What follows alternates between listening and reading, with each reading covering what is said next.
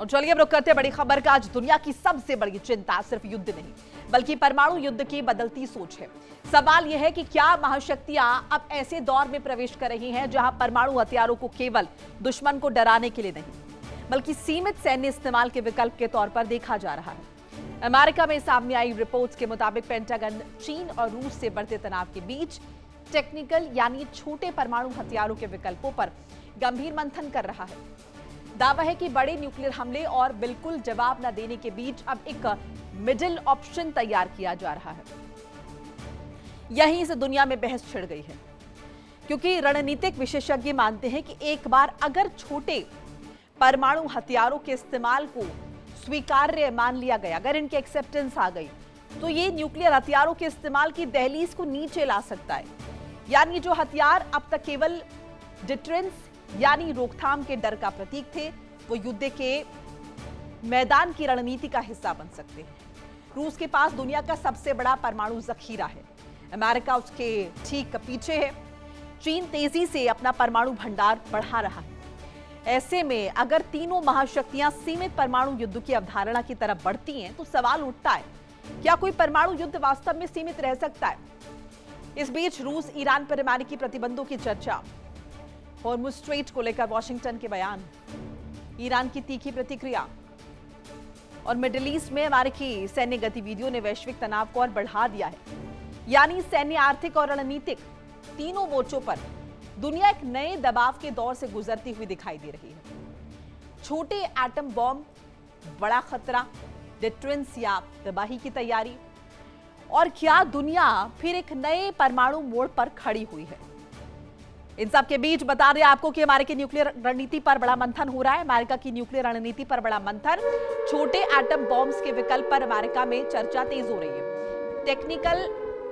Tactical nuclear हथियारों को लेकर नई रणनीति पर विचार हो रहा है। सीमित न्यूक्लियर जवाब का रास्ता तलाश रहा अमेरिका।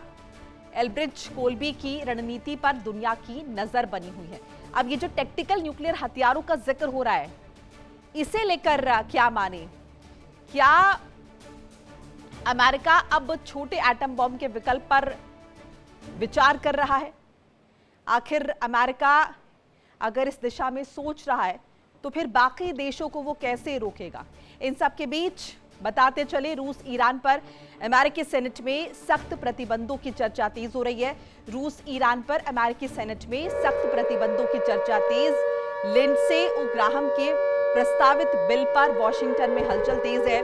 रूस के तेल गैस खरीदार देशों पर भारी टैरिफ लगाने का प्रस्ताव। ईरान के ऊर्जा और हथियार सेक्टर पर प्रतिबंध बढ़ाने की तैयारी हो रही है।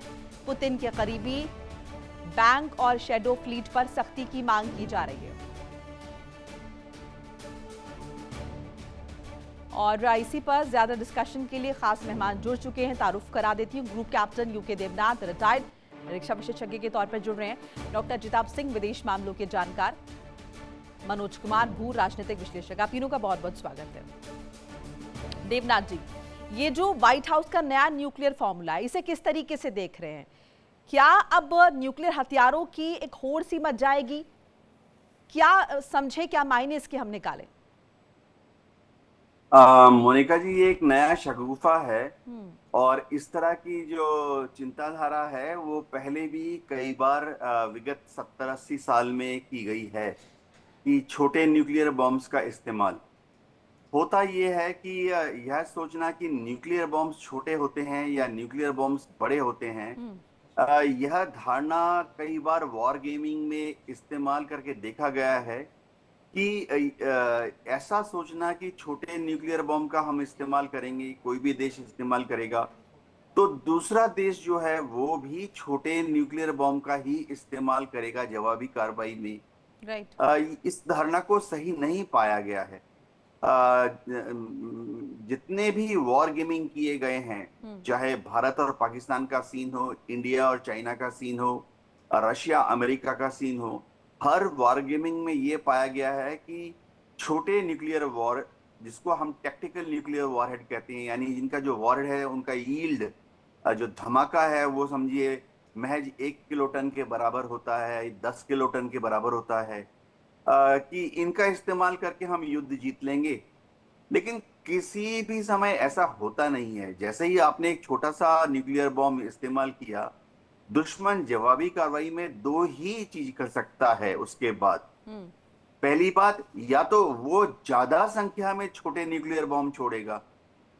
दूसरी चीज ये पाया गया है कि दुश्मन उससे बड़ा यानी 100 किलोटन का या 1000 किलोटन का न्यूक्लियर बम छोड़ता है।